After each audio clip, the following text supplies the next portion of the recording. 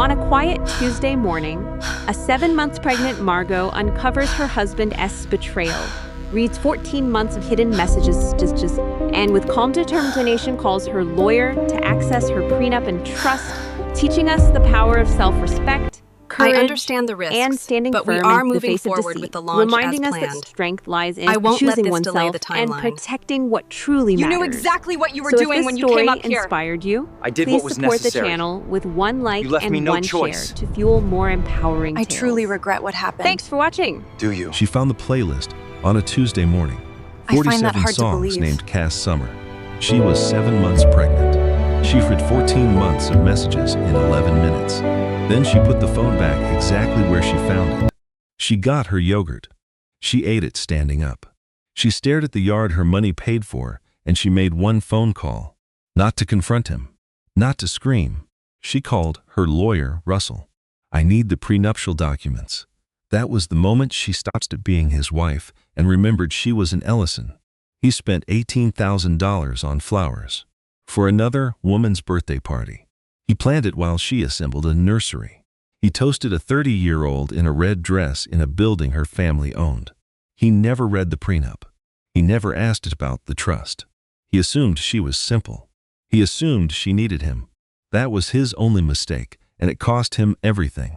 The most dangerous woman in the room is the one who already knows and is deciding on what to do next. This story is not about betrayal. It is about a woman who made herself small so someone could feel tall. And the moment she was done shrinking. If this story made you feel something, drop an emoji in the comments. And if you know a woman who is way too quiet right now, share this with her. She might need to hear it. Subscribe so you never miss the stories that actually matter. A soundtrack for a life I meant to live left her on the kitchen counter. It was named Cass Summer. It held 47 promises. Margot only knew 3. I told Margot I despised those songs. It was easier than explaining why they now belong to someone else. It was a Tuesday, late August. I imagined her at home, 7 months pregnant, standing in the kitchen where the light always made her look like a stranger. Hopeful once, now just washed out, overexposed. She would see my phone and think it was hers. They looked the same. I never locked it around her. She called it trust. I called it confidence. The supreme confidence of a man who believed his wolf had stopped looking for anything at all. She would have seen the text notification first. The preview, can't wait Saturday. She would have put the phone down. Fought the urge. Then she would have given in. Of course she would. Don't look, Margot. But she had to look. She would open the thread, see the name, see work, a flimsy shield. Then she would scroll for 14 months. She would stand there for 11 minutes and witness a ghost marriage. My real marriage. The words were not vulgar. They were worse. They were real. Full of private jokes and dinners at places I told her I was too tired for. She would read until she could not breathe, till she saw the recent messages. The Rosewood rooftop confirmed 50 guests. The Krug, the tasting menu.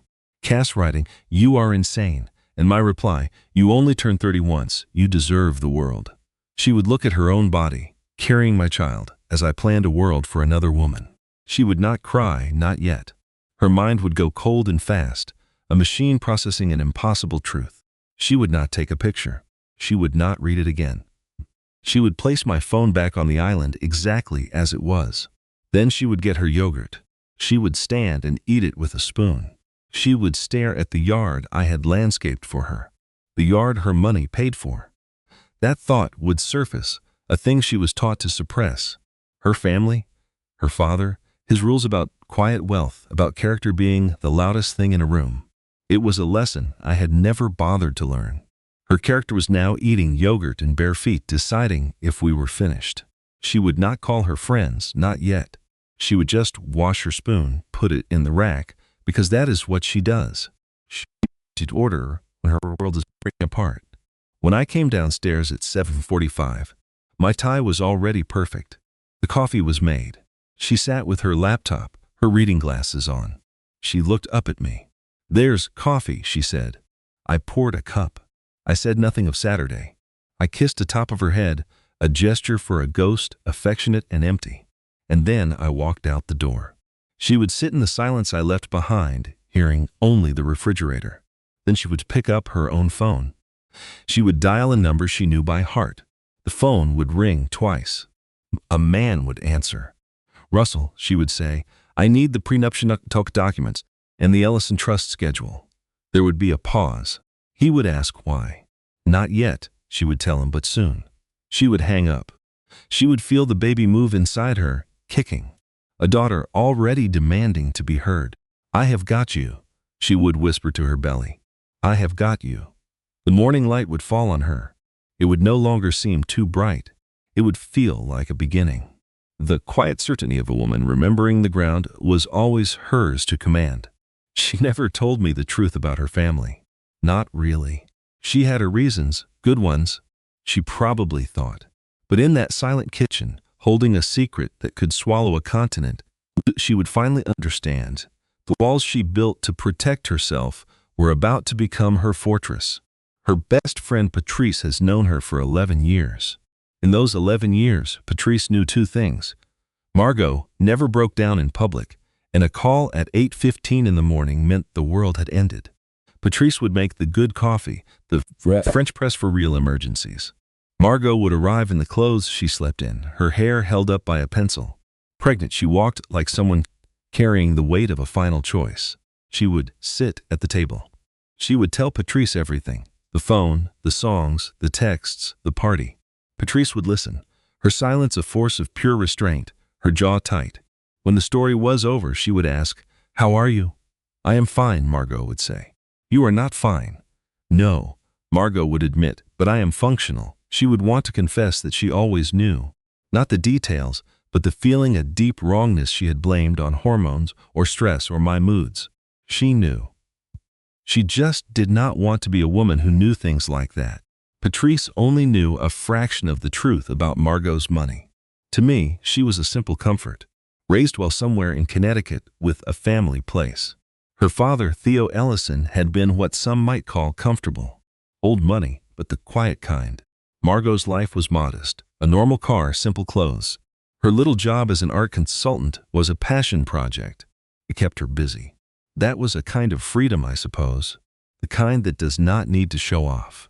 I never bothered with the details. Why would I? Russell Hart was just some family lawyer. I signed her papers at my desk, the predroshilifrinich reconciled in front of me before the wedding. I gave it a glance with a lawyer I found online. 40 minutes, maybe. This was for the best. That contract on my life, the one I never read closely enough, was ending. I never said this out loud, of course. Vivian Ellison had armed her daughter with a silent weapon, and I had foolishly made her use it. Patrice, her friend, probably asked her, "How long?" 14 months is what she would have said. 14 months. It barely registered. Our second anniversary in Portugal feels like a movie I watched, not a life I lived. I remember a sunburn on her shoulders. I bought a piece of tile, a prop for the stage set of our home. It still hangs there, a silent reminder. Patrice would then ask about the baby. 13 months ago.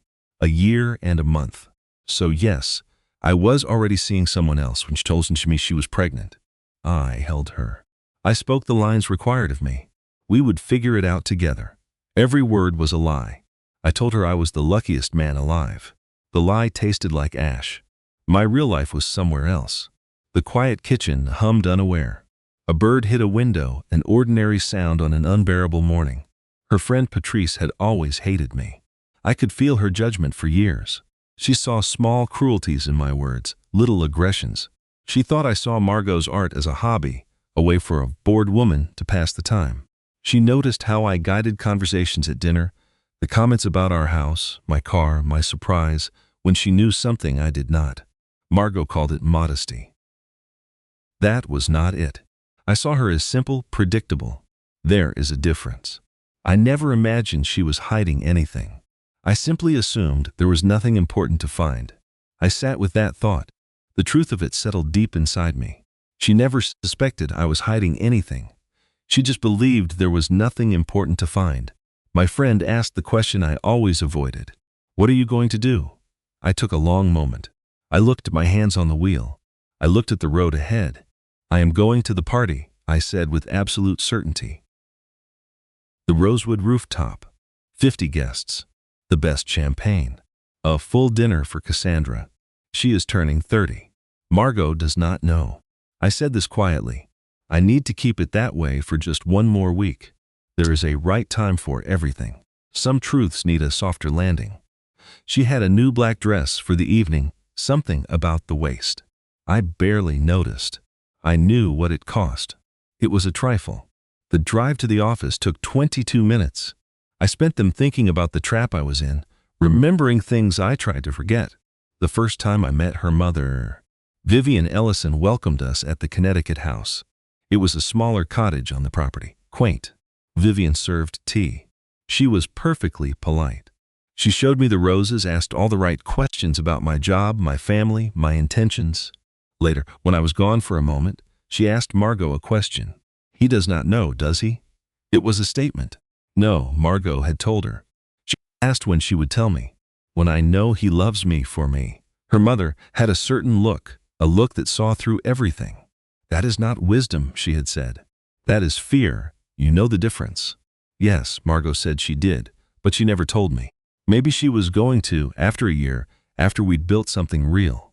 But 1 year turned to 2, and then came the wedding. And a prenuptial agreement I signed without a second thought. That secret, if it was a secret, became the bedrock of our whole life. A wall I didn't even know was there. She never lied about who she was. She just didn't tell the whole story. Was that wrong? I've been thinking about that for 3 years, and I still don't have a clear answer. The women I knew before her, the ones with money, they looked at you in a certain way, like you were a prize to be won, or a solution to a problem they didn't really have. But Margot looked at me like I was just a man, a normal, sometimes difficult man. And I needed that. I needed to be a person, not some kind of investment. But maybe I just ended up creating a wife who thought she married up, who believed I was the provider. Someone who thought she was completely dependent on me. I stopped myself right there. I was in my car, in our driveway. I'd been sitting there for 6 minutes, with the garage door wide open. I could see my golf clubs tucked in the corner and the old paint cans from the renovation we did 2 years ago. I paid for all of that, and she picked out the colors. It seemed fair. I went inside. She wouldn't be home until 7, so I had hours. I walked past her home office, the room I called her art room, like it was a kid's playroom. It was a sweet little nickname for her little hobby. She would sit at her mahogany desk, open her laptop, and make her calls. It was all very serious to her. The 2 chairs across from her desk were always empty, waiting for clients. I was 62 years old in my head, but I looked 55. I was the head of this family. I felt like I had known her longer than she had known herself. I saw myself as a younger version of my own father, trying to build a legacy. It was both comforting and a little scary.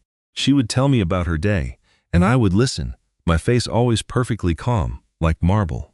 When she was done, I'd ask how her project was going. 31 weeks pregnant. The prenup. I needed to know what I was entitled to. I'd ask my lawyer about that someday, when the time was right. There was a trust, so she was protected, and my future assets were safe. What we'd built together, that was ours to share. It was all about fairness. That's what my lawyer could never understand. He just saw the numbers, the house, the bank accounts, the car. He saw what I put in versus what she put in, which he called a pittance. But what about the life I gave her? What about the sense of normality? The house is worth $1.2 million now. I was there for every single late night dealing with contractors. She just wrote the checks from some endless bank account. That was her contribution, cold, easy money.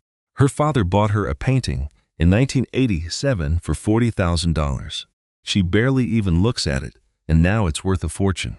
That's the world she comes from, a world I can never really touch. What if I knew about the trust? She must wonder. She thinks I'm a fool. She thinks I'm completely blind, and she made sure of it. She showed me a document before our wedding. Sign here, she said. Just a formality. I never had a claim, I can see that now. Not on her name, or her money, or her inheritance. My only claim was on her, as a person, and I thought that was enough. But everything was designed to keep me out, like a guest in my own house. So now my lawyer asked me what I want to do. I told him I needed this party, just this one night. He thinks it's all about the other woman, Cassandra. He can't understand that this party is for me.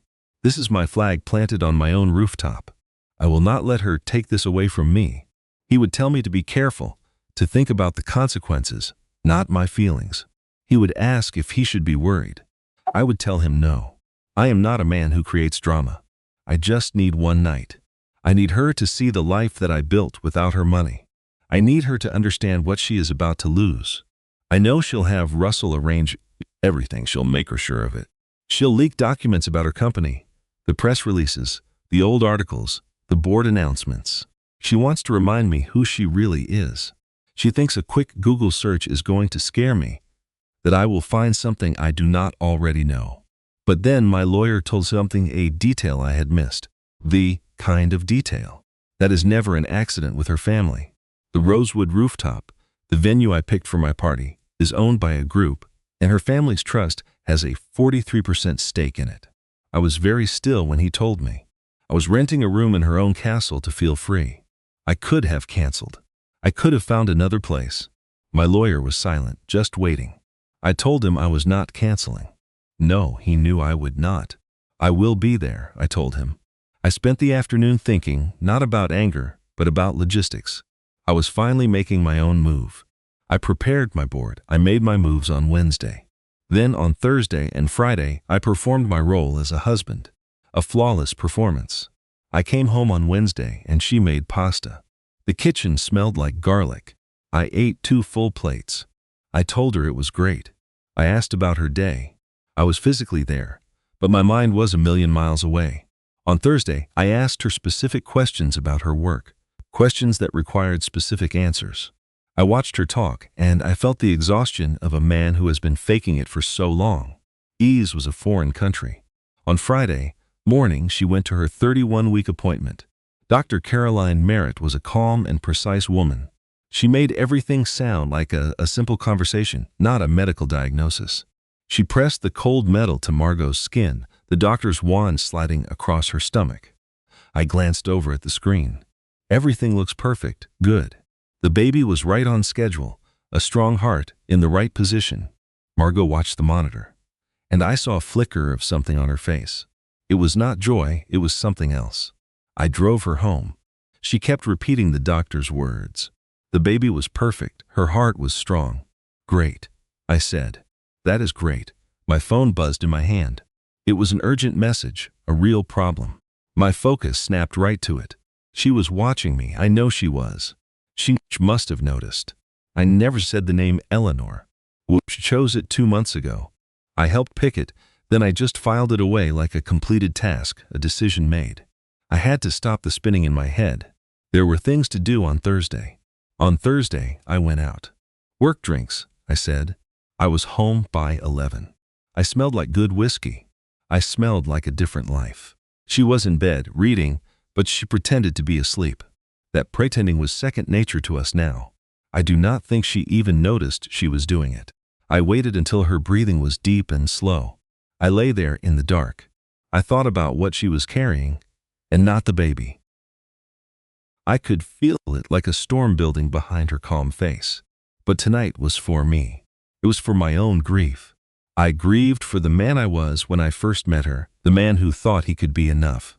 For the years I spent making myself smaller, quieter, more acceptable. I thought that was love, but it was just survival. On Thursday night, after I was asleep, she got up and went downstairs. I did not hear her. The house was silent like a tomb, but she could not be still. She cleaned the entire first floor with a kind of fury. When you cannot control the big things in your life, you control the small things. She wiped down every counter. She rearranged the entire pantry. She was on her hands and knees, 7 months pregnant, cleaning the grout with a toothbrush at 11 o'clock at night. It was insane, and she knew that, but she could not stop. When there was nothing left to clean, she ran a bath. She just needed to do something, anything. She did not even take off her clothes. She just sat on the tub's edge in her old jeans and sweatshirt, her feet in the hot water, just sitting there. The bathroom tiles were green. She chose them. She drove an hour to a special shop, And she spent 2 hours picking out the perfect shade. She loved those tiles. She told me once, "I am going to miss these tiles." That is what she would have been thinking. That is the thing that would have finally broken her. It would not be my party, or the texts, or the playlist I made for another woman. It would not be the thought of my hand on her back. Those things were just noise. The tiles, they were real. The pale green tiles she chose for our home, the home she built with a man she thought she knew. She would cry for the tiles. She would cry for what they really meant. And she would cry quietly. She learned how to do that a long time ago. Then she would dry her eyes, drain the water, and go back to bed. Meanwhile, Cassandra Whitmore. I know Margot looked her up, using ways that leave no traces, a skill her father taught her for moments. Exactly like this. Cassandra, 29 years old, from Ohio. A marketing director, not at my firm, a different one. It all began with a simple idea, a better life. Cassandra was the shape of that life. Her Instagram was like a window into a world of real light, travel, friends, a family she loved. She earned her master's degree. She built things. She was real, not just a collection of duties, not a series of checkboxes on a life plan. Margot was a life I had agreed to. Cassandra was a life I wanted to choose. It was a difficult difference, but one I had to make for my own sanity. I told myself that Margot must have known something was missing, that on some level she was unhappy too. The alternative was just too heavy to carry, the idea that she was perfectly content inside a life I found so empty. It was kinder to believe that we were both lost, but I was the only one who found a map. This was all a construction, not an accident. I built this new reality with very careful hands. I bought the tickets. I secured the reservations. I sent the texts because she deserved to hear them. I made a choice every single day for 14 months. This was not a mistake, it was a correction.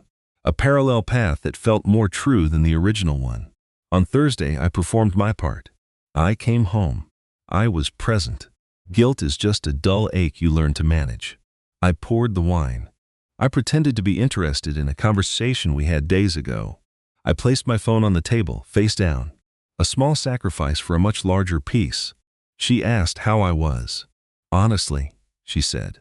She felt like everything was about to change. I agreed. The third trimester. A perfect excuse.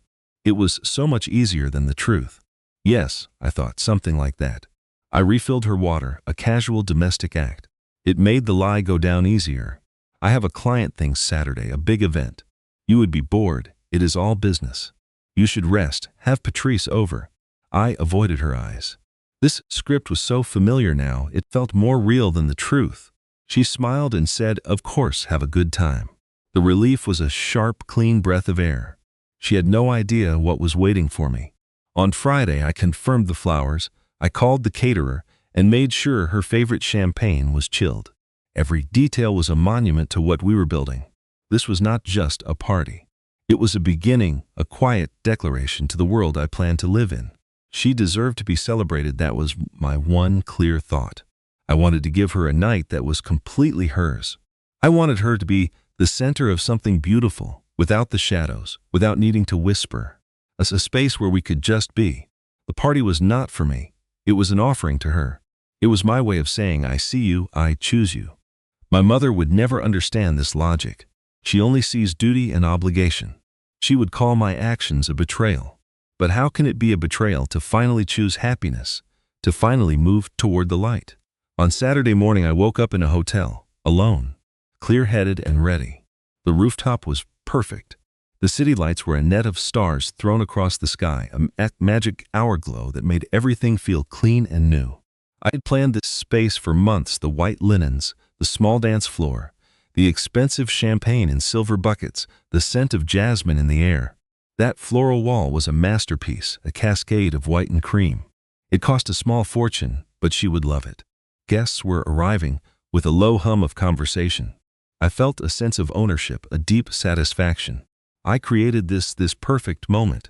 I told myself to be patient. Do not look for her. Let the night unfold. Let her find me here in this world I made for her. I stood by the bar needing a drink. The bartender saw my wedding ring. He did not know it felt like a costume piece tonight. I found a spot near the edge. The view of the skyline was the best from there. I could see everything. I waited for 3 minutes and 40 seconds. Then I saw my partner, Graham. We talked business. He laughed at a joke I made. I was wearing a new suit, one Margot had never seen. It was part of this other life. I felt light, unburdened. The weight I carried every day was gone. I realized the weight was my other life. It was not work, it was not the coming baby. The weight was the lie of my own happiness. And then she was there. She walked up the stairs in a red dress, and the world tilted. The entire party rearranged itself around her. Conversations paused. Heads turned.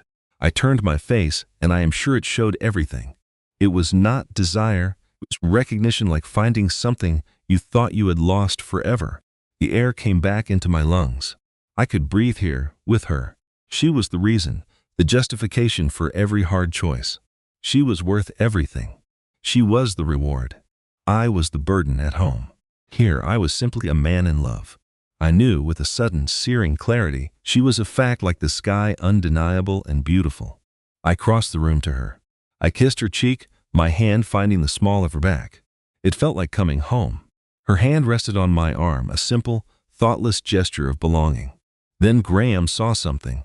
I watched his face change from confusion to a dawning awareness to pure animal panic. He looked like a man who had seen a ghost, a man who knew the storm was about to break. He mumbled an excuse and hurried away from me, moving toward the edge of the rooftop. His expression was a warning, a silent alarm I could not yet figure out. He spoke to her first. I could not hear his words. I only saw the careful way he stood. Then I followed his gaze, and I saw her. Standing by the bar, the world's false had stopped. Two lives colliding in one impossible space. My mind raced. This was not chance. This was an ambush. How did she know? What had she planned? She was an invader in my new world, a ghost from a life I was trying to leave behind. I had to move, I had to control this. I walked toward her, my face becoming a mask of surprise and delight. "Margot," I said, "what a surprise." "I was invited," she said. Her voice was calm. "This is a hotel, Derek." Her eyes swept across the party, my party. The lights were perfect, the jasmine scent was perfect. $18,000 on flowers, just for her. This was right. This was how she deserved to be celebrated. Then I saw Margot. My jaw went tight. I felt the muscles pull. 3 years, and she could read me like a book. "A work thing, a colleague," I said. The lie felt thin. "It was for a client," she corrected, her voice a pleasant knife. "Yes, a client." "Name them," she said. The silence was her weapon. It always was. The way she said my name held no tremor, no fear, just certainty. "What is their name?" The silence stretched. The party noise faded into a dull roar. The world became the small space between us. A strange calm settled on her face. It was not anger, it was not sorrow. It was clarity, a terrible, final clarity. I took her arm. We needed to be away from here, away from prying eyes. The performance was over. This was real. My face felt raw. I was afraid and I was calculating. Deep down, a part of me felt a strange relief. The waiting was over. "I can explain this," I started. "The words I know. You do not need to." "I found your phone." Her words were simple, direct. "Tuesday morning. I read everything." The elevator hummed nearby. The party was a distant dream, a world I could no longer access. "I know about Cassandra." The name hung in the air between us. 14 months. "You told her she deserved the world." A pause, a deliberate wound. "Our daughter is 7 months old, Derek. You promised someone else the world while I carried your child." The words hit like a physical blow. The blood drained from my face. "Margot, I am sorry. It is not that simple. It became complicated." "I know," she replied. "Everything becomes complicated. That is not an excuse. It is just life." "I love you," I said. The words felt hollow. "This room, this is not—" "Do not," she said, her voice quiet but absolute. "Please do not do that." "We will talk," she said. "Not here. My lawyer will call yours on Monday. Until then, do not come home." The words were a verdict. I just stared. I am returning to the party, she said. Why? She looked at me, at the man she thought she knew. The tie Cassandra picked out, the new suit, the look on my face. The look of a man losing a game he did not know he was playing. Because I am not the one who has to leave, she said. She turned and walked back toward the lights. She took a glass of water from the barman. She found a table at the edge of the rooftop. She sat down. Pregnant, at my lover's birthday party. She looked calm, a type of calm that meant the world was about to end. And for a long time, I did not know this next part. She had cried on the way up in the elevator. Not for me to see. Never, never for me to see. She did not cry for the guests or for Graham, just for herself. For 43 seconds between the ground and the sky, she pressed her back against the glass and fell apart in silence. A skill she learned long ago. Then the doors opened, and she stopped. She was always good at stopping. That was the problem. I did not return. I could not. Graham told me later what happened. He found her about 20 minutes after I had fled. He approached like a man handling a bomb. He sat with a whiskey he clearly needed. Margot, he began, looking like someone forgetting a script. I need you to know I was not aware of this for a while. But then you were aware, she said, a quiet statement. He had to be honest. Yes, he said. And you said nothing. She just looked at him. Graham, I am not angry with you. I understand. I just needed you to know that I know. He looked grateful to be managed, to be told how to feel. Is there anything? No, she said. Enjoy the party. He left her there. She sat alone for 35 more minutes. Her friend was coming. She waited, surrounded by my choices, by the jasmine and the lights. And Cassandra saw her. I did not know this then, but she saw. Cassandra Whitmore, 29 years old, on her 30th birthday, asking questions. She saw me leave. She saw the pregnant woman in the corner, the woman my business partner was confessing to. She asked Graham. And Graham, who was having the worst night of his life, told her. He told her just enough. And Cassandra spent the rest of her perfect night with a new understanding. The story she believed was a lie. Its ending had been rewritten. I should feel bad about that. A part of me does. The selfish part. The part that needed her to be simple, to be my escape. That part is almost sorry for what I did to her. Almost. Then Vivian arrived, Margot's mother. At 9:15, 40 minutes late, meaning she had stopped for a drink or new shoes or both. Vivian Ellison did not enter a room. She consumed it quietly. She became its center of gravity. She walked to Margot's table. She looked at her only daughter. Are you okay? No, Margot said. It was the first honest word she had spoken all night. Vivian took her hand. She said nothing. No advice. No judgment. No opinion about my profound failings. She just sat with her. She held her hand. She let the silence do its work. Sometimes that is all you can do, the only thing. They sat like that for a long time. The party swirled around them. Toasts were made. Food was served. The music was too loud. The city burned below. At 10:30, Margot spoke. I want to go home. Yes, Vivian said. I want to go home and sleep. And I want to take this one day at a time. Yes, Vivian said. That is exactly right. Margot drove herself. She refused the car I paid for. Well, she first wanted those 22 minutes alone. The solitude of the highway at night, music from a forgotten station playing softly. She arrived at 11, but couldn't enter our bedroom. She stood at the door, looked at my side of the bed, then walked away. She went to the nursery, the room she had perfected. The soft white walls, the assembled crib, the glider placed to catch the morning sun. She sat in a chair holding her stomach. 3 in the morning. This was not the plan. She had a picture of our life. Not a perfect picture. She was never naive, but it was just a true one. The three of us, a family. Now that picture was ash. She was alone in the dark, trying to imagine a new one. I made her feel small, not because she was, but because she wanted me to choose her, the real her. So she hid herself away to be loved honestly. A terrible irony. I chose a version of her that wasn't real. I chose a woman who needed me. But she never needed me, she only wanted me. And I could never have loved the real her if I had known. She didn't regret the baby. Never the baby, just the choices. The baby moved a slow, gentle roll, not a sharp kick. In the quiet darkness of the nursery, it felt like an answer, like company. I am here.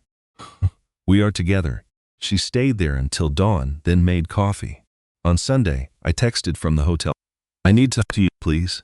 She read it, put the phone down, then picked it up. She typed 4 words, Monday through our attorneys. Then she put the phone away and went to water her 17 plants. She watered every plant in her apartment. She told me this. She counted them. 40 minutes of counting, a quiet ritual, a way to stay steady. Something simple, done with care. Monday morning, 10 o'clock, Russell Hart called my lawyer, Philip Crane. Philip's a good man, but not a killer. Russell's voice was calm, unhurried, the voice of a man who has never lost. He informed Philip that Margot Ellison wanted a divorce, that the prenuptial agreement was ironclad, and that our shared property was much smaller than I imagined. Most of our assets came from her private trust. He said if I contested, certainly business would become public. Philip called me back in 45 minutes. I had questions. He had no answers. Russell, her lawyer, called my lawyer and mentioned Ellison Holdings. My lawyer asked what I had told him. I said it was a private family trust. I says he should have read the prenuptial agreement. I hadn't read it carefully myself. There was a pause. Then my lawyer told me his exact words. My client needs 24 hours. Yes, I needed 24 hours. I hung up the phone. I sat at my desk. The light outside was weak. Summer was over. Then at 2:15, my phone rang. An unknown number. I have a strange fear of unknown numbers, a feeling that they carry bad news. It was a woman's voice, careful and tired. Cassandra Whitmore. She said she was sorry and offered to hang up. I just listened to her voice, a ghost from a life that was now also gone. I told her not to hang up. I needed to hear it. I am sorry. That was all she wanted to say. She knew it would not fix anything, but she wanted me to hear her voice. Okay, I managed to say. He told me, she said, that your marriage was dead, that you were separating, just working out the details. That was his story from the very beginning. It was what she believed. I stayed quiet. I know how this sounds, she went on, the words of the other woman, the classic excuse. But I need you to know I never would have done this if I knew you were pregnant. If I knew there was a baby. Her voice shattered completely. I am so sorry, so sorry. And I believed her. I hated it. It would be so much cleaner if she were a monster. But this was not a performance. This was the sound of a woman waking up. She was calling because she finally understood. The man she loved was a liar, the same man who lied to me. We were not friends, we were not allies, but we were connected by his deceit. Cassandra, I said, did he talk about his money, what he owned? There was a pause. He talked about his real estate deals. He said once that his wife had some family money, it helped buy the house. That was all. Did he ever mention a name, the family name? No, she said, he never told me. Tell you what, nothing, I said. It is not important. Thank you for calling me, Cassandra. Is there anything I can do? She asked. Actually, I said slowly, there might be. I called Patrice the moment we hung up. I sat in my art room, looking at the painting my father loved. The light was hitting it perfectly, the colors alive. My father once stared at this painting for 20 minutes. He never spoke a word. It was the calmest I had ever seen him. I told Patrice about Cassandra's phone call. She was quiet for a long time. Then she asked if I was going to forgive everyone, if I was going to absorb all the pain myself. No, I said, I am done absorbing. Good, she said. What will you do?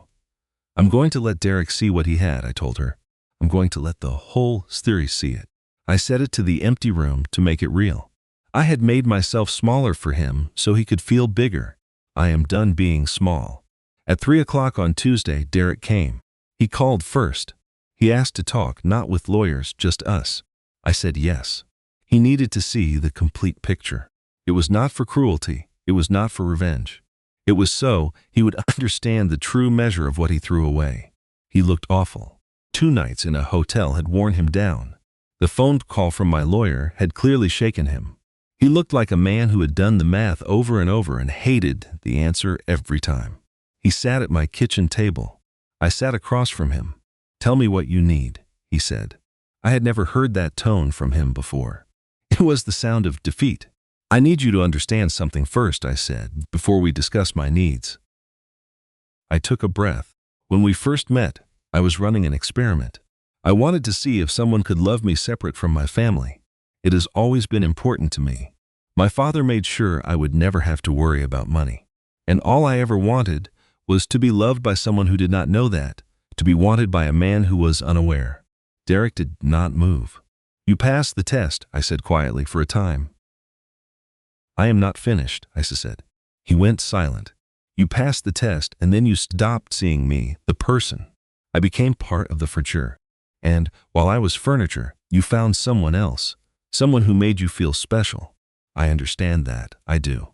But throwing that expensive party while I was home, 7 months pregnant, that was not a mistake. It was a choice you made for 14 months. He did not defend himself. The man who always had an excuse was silent. "I know," he said, his voice a whisper. "Do you know who owns the building with that rooftop?" I asked. "The Rosewood, the hotel?" "No," he said. I watched his face while I told him the truth. It was a cleansing fire, a necessary pain. I had to let her rage. I knew this was the only way through. She needed to say these things to feel powerful. For a moment, I would let her. For us. For the future I was trying to save. Then the words changed. She spoke of numbers, of foundations, of a world I never knew. My mind went blank. The woman I loved was a stranger, an elaborate fiction. She had not built a life with me. She had merely observed me in hers. "How much?" I asked. The question was a reflex. It was the only solid thing I could grasp. "The number does not matter," she said. But it did. It was the only thing that mattered. She said she was more than my wife. She was right. She was my keeper, my judge, my ruin. And when I asked if we could fix this, if any part of our life was real, she did not hesitate. The word was not sad. It was a lock turning, a door closing forever. This was her world, not ours. I saw that now. A world of quiet, lethal efficiency. I thought we were negotiating a divorce. I was wrong. I was being handled, a problem to be managed and dismissed. My attorney tried. He sent proposals. They were gestures in a vacuum. Her lawyer's politeness was an insult, a thinly veiled reminder of my powerlessness. They called the settlement generous. It was charity, a tip for the man who once shared her bed. I did not fight. There was nothing to fight with. After our talk, Cassandra searched Vincent Ellison. The name Margot had hidden. She showed me the articles, the photos, the empire. I saw the Forbes piece, the impossible numbers, the buildings with her family name carved on them. I signed the papers. What else could I do? A man cannot fight a god, he can only kneel. The full, brutal picture. I wondered if she felt triumph. She must have. This was not a breakup, it was a victory. In her world, this is how you win. You erase the parts that no longer serve you. She would tell herself she was landing on her feet. She would think of other women less fortunate. It was a beautiful lie, a story to make the execution feel like grace. She was not like them. She was separate. She had a cushion. She had an army. She had Russell Hart. That was not luck. That was power. And I was just the man who had to be removed. My things were taken away on a Wednesday. The process was neat, orderly, final. I brought the movers myself. I would not let her see me broken. I walked through the rooms. Our rooms. Now they were just rooms in her house. I listened for a sound from her. There was nothing. Just the hollow echo of boxes being filled. The front door opened and closed, each time erasing a piece of me. When the sound stopped, I was gone. Later, in the dark, she would claim my empty space. I could feel it. She would spread her life across the void I left behind. She'd call it growth, like a plant turning toward the light. I saw it as a conquest, erasing any proof that I was ever there, that we were ever there. Then my mother called. My mother would understand. She had to. She had loved me for 30 years. I needed her to understand the woman her son had loved. Margot was admirable, but she was also a weapon. I waited for my mother to call me back, to tell me she had fought for me. But my mother's voice on the phone was different. She had not fought. She had surrendered. I know what he did. Her words cut right through me. She didn't defend me. She begged for access to my child, her grandchild. She asked woman to woman, and Margot, in her infinite power, granted the request. I was never going to keep her from you. The words were a masterpiece of cruelty, so calm, so reasonable. Margot wasn't just removing someone from a list. She was curating it, deciding who was worthy of her child. My father's mistakes were clear. His voice, when he called, was hollow and defeated. He didn't deserve you, he'd told her. I know, she replied. And then, the final twist. Cassandra sent a statement, a legal document. She put it in writing that I had lied, that I said the marriage was over. She chose a side, and it was not mine. She was no longer complicit, such a noble word. I saw it differently. She needed to absolve herself, to scrub the stain of me from her own story, so she offered me up as a sacrifice. Margot said they were in the same story, one neither of them wrote. She was wrong. They wrote it together. I was just the villain they created. The thought that I deserved better was a bitter joke. She spoke of who she was, not what she had, as if you could separate the two. She wanted someone to see all of her, the big picture. But she had hidden the big picture from me. It was a test I could never have passed. She would raise our daughter, know her own worth, to avoid business. She would teach our child to fear men like me, her father. I drove through the city that had her family's name on its buildings. I tried to name the feeling inside me. It was not grief. It was not anger. It was the feeling of being erased. It was realizing the ground I stood on was never real. It was her ground. It had always been hers. The ground was still there, and she was standing on it. The light turned green. She went home. The name arrived in a text message. A name chosen without me, for a child born in a room I was not allowed to enter. Her friends were there, her protectors. Flowers arrived from men with perfect taste, men who knew her preferences. The card welcomed Miss Eleanor, saying the board will love you. A queen had given birth to a princess, and I, the father, was not there. It was her choice, clear and without cruelty, she would say. She sent a text, the baby is coming. Hope is a foolish automatic thing. Please let me come, I typed. The answer was silence. Then pictures. And in the face of my daughter, I saw the final consequence. The ground was still there, but I was not on it. I had been cast off. This is the only way she will have a life, but not with me. Today belongs to her. I granted her that. At 4:58, a doctor placed the child on her chest. 8 pounds, 1 ounce, dark hair, wide eyes, taking in the world. A world I had to save them from. I saw her mouth form a word, hello. The baby just stared. I knew what she felt. I knew the love, the fear, the grief for the life we were supposed to have, the three of us. The perfect I held, but she could not see the truth. I had to feel complete for both of us. My entire life was a path leading to this single choice. Not the wedding, not the wealth, not the job or the paintings or the big house. Just this, protecting her right now. This was the burden I was meant to carry. She held the child, unaware.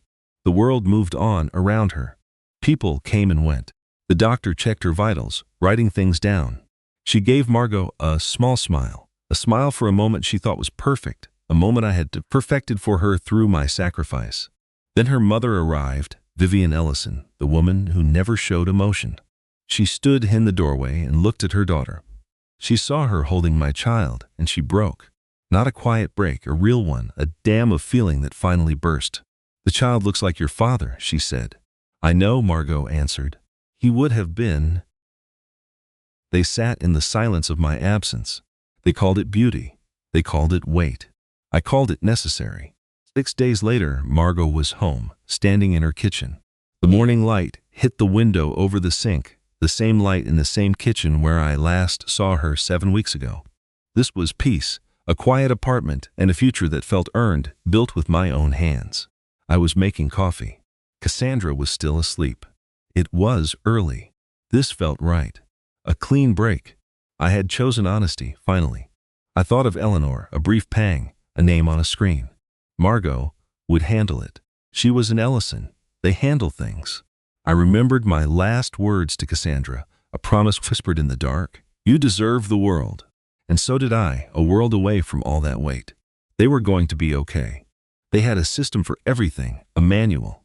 I was not in the manual. The coffee was ready. Light filled the small kitchen. I didn't check my phone. There was nothing I needed to see. This was my life now. I poured the coffee. I drank it while it was hot. For the first time in years, I felt the simple warmth. It was a small thing. It was everything. A month later, Cassandra showed me the Forbes piece. It wasn't about me. It was never about me. It was a profile of Ellison Holdings, a grand announcement about a foundation, her foundation. There was a photo. Vivian, Margot, and the baby, Eleanor, 3 weeks old, a prop in their perfect picture. It called Margot, the controlling trustee, daughter of the late Theodore Ellison. 6 pages of her legacy. I read it at our small table. Eleanor was just a name, a concept. The morning light felt harsh. I did not feel erased. I felt free. I felt justified. This is what I had escaped. Someone else's story. That was her world. It was never mine. I spent 3 years as Margot's husband. It was a role, a part I played. I tried to believe it. I almost did. But she was always Theo's daughter, always an Ellison, and I was just there. She knew who she was. The problem was, I knew it too. I was an afterthought in her life story. I had to write my own. The convincing was over. When the article came out, I texted her. My name on her screen, a ghost. I let her open it. I saw the piece. I had no idea. I knew, I just did not want to see its size. Margot, I am sorry. Useless words. I know it does not cover it, but I am sorry. She replied once. Take care of yourself, Derek. Be good to her. A dismissal, not an ending. That was the end of my chapter in her book. The baby had opinions. That is what Cassandra said, people said about babies. I pictured a tiny Margot, a miniature CEO, with thoughts on the temperature of milk, opinions on the angle of the sun. It felt distant, unreal, a life happening on another planet. A 6-week-old person I had helped create, a person I would never truly know. It felt like the most extraordinary, terrifying thing. I had seen her art, cold, expensive things that people stared at. I had been to her auctions, seen so large they lost all meaning. None of it felt real. The idea of a daughter with opinions was real, and I was not there to hear them. It was for the best, I told myself. It was for the best. They were in Connecticut for Thanksgiving. The main house, not the small one we sometimes used. His house. The one where I always felt like a trespasser, filled with his ghost and his money and his legacy. She was reclaiming it. That was the word she would use. Reclaiming it, filling it with new life. Vivian would be there directing traffic in the kitchen. Patrice and her perfect family. Russell talking business to the baby. I was sure all the players were in their proper places. My mother was there. Margot had invited her, a deliberate choice, a calculated kindness I did not understand. I watched my mother in my mind's eye, holding a child that was half me, singing a song from my own past, a past that felt 1,000,000 miles away. My mother, Eleanor's grandmother. Margot, let her be that. My failures were my own. My mother's love for the child was separate, a pure thing. Margot knew the difference. I hated that she knew. I hated her for that clarity. It made my choices feel murky, selfish. Patrice probably stood beside her asking if she was happy, the question hanging in the wine-scented air. I wondered what she said. Did she ugly cry? Margot did not do ugly things. She did efficient things. She processed grief like a balance sheet. That was the Ellison method. I imagined her looking at my mother, at my child, and finding a way to be happy or something close to it. Something I had run from. Then she would go to his study, the one room I truly hated. It still smelled like him. Cigars and old paper and power. The furniture polish she bought because he had bought it, an altar to a dead man. She would sit in his chair. She would hold my daughter, and she would talk to him. Not to me, never again to me, but to him. A silent conversation I could almost hear. A report to the chairman of the board. I found the wall, Dad. The choice between comfort and truth. I chose truth. She would see it that way. I was the comfortable choice, the easy lie she had to discard to become herself. I was just a chapter she had to get through. She would think she came through it stronger, better. She would see her bruises as proof of her victory. She would hold that child and think about what she kept. Not the anger, not me, just the lesson. Keeping herself small was a mistake. She would never do that again. A person who was supposed to see her chose not to. That was me. That is the story she would tell herself and our daughter. It was terrible. And she landed on her feet. Of course she did. She wasn't Ellison. She always landed on her feet. For her, the prison door was unlocked. She just had to walk out. She never considered that I was the one inside, the one who had to break the lock. She wrote Cassandra a letter. I never saw it, and Cassandra never mentioned it. It wasn't about forgiveness. It was a final statement, a closing of accounts. We were both kept in the dark. It was a neat, tidy summary. I hope you find someone who tells you the truth. A final, perfect cut. You deserve that, and so did I. She put us on the same level, two women betrayed by one man. Then she moved on. By January, Eleanor was 3 months old, a real person with my father-in-law's judgmental stare. Vivian cried when she first saw it. Margot went back to work part-time, being selective. The great machine of her life roared back on, and my absence wasn't even a whisper in its gears. She had a freedom I gave her. The freedom to work for pleasure, not out of necessity. She took a small project, a private collection of important art. She was good at that kind of work. I made sure she could be. She met a man in a plain office on a Tuesday. The room smelled of old paper and serious business. I know because I was there. I watched her explain her methods, her past successes, her talent. She spoke with a confidence I had nurtured in her for 15 years. She knew precisely how good she was. When they finished, the man stood and took her hand. "You are very impressive," he told her. "Thank you," she said. She actually meant it. It wasn't a performance, none of the false modesty she used to wear. She meant it with a cold finality, a directness she never had before. "Yes, I know." She got in her car and called a friend. "I got it. I am shocked," the friend said, utterly stunned. "Do not be obnoxious." "I am going to be obnoxious forever," she laughed. It was a real laugh, not the kind she used to craft for a room, not the one she used with me. It came from somewhere new, a place I did not recognize. It did not ask for my approval. She drove home. The child was with Vivian. Her mother was inspecting the books in the nursery, filtering them, replacing them, buying new ones from some special store. The woman had her principles. She was building a fortress of their own making. The January sun cut through the windshield. It was different from the August light, different from that morning months ago when she stood with that glass of water. Her life was changing then. I was changing it for her. In just 11 minutes of reading, her world had cracked. Now this new light was cold and hard, the light of a season that was sure of itself. It did not seem broken. It seemed complete. Just light, she probably thought. Enough light to see by, enough to move on. She parked the car. She sat for a moment, not with the frozen stillness of August, not with the panic of a woman trapped inside her own home. It was just a pause, a breath, between the old life and the new one she was building on the foundation of my sacrifice. She was thinking about the woman she was, seven months ago, the woman with bare feet and a secret I had to contain, a secret I had to bury. She thought about what that woman did not know, and she thought about what she knew now. I land on my feet. I always have. I just forgot. I let someone else's small ideas become my ceiling. I am done with that ceiling. I am the complete thing now. The money, the art, the trust, the loss, the grief, and the child. The mother. The woman who drove 40 minutes for some pale green tiles because she knew what she wanted. I am all of it, and I am going inside. She went in, the door shutting behind her. Inside, I could imagine Vivian's voice reading a story, using a serious tone she reserved for things she approved of.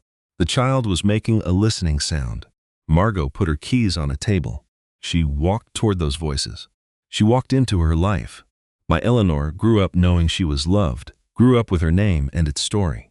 A story I authored. A house with pale green tiles, a small piece of art on a wall, a grandmother who read to her with a serious voice.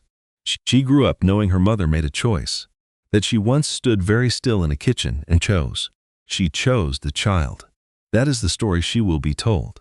A simple story, carefully constructed and edited by those who remain. A tale designed with intention, crafted with care, meant to give her a truth she can carry, a lesson they want her to learn. But I am still here, and one day the story will need a new ending. Our team carefully researches and develops these stories to deliver meaningful narratives with valuable life lessons. Each one is crafted to entertain, inspire, and empower our audience. We believe that great stories can change lives, and we are committed to bringing you content that matters. Thank you for being a part of our community.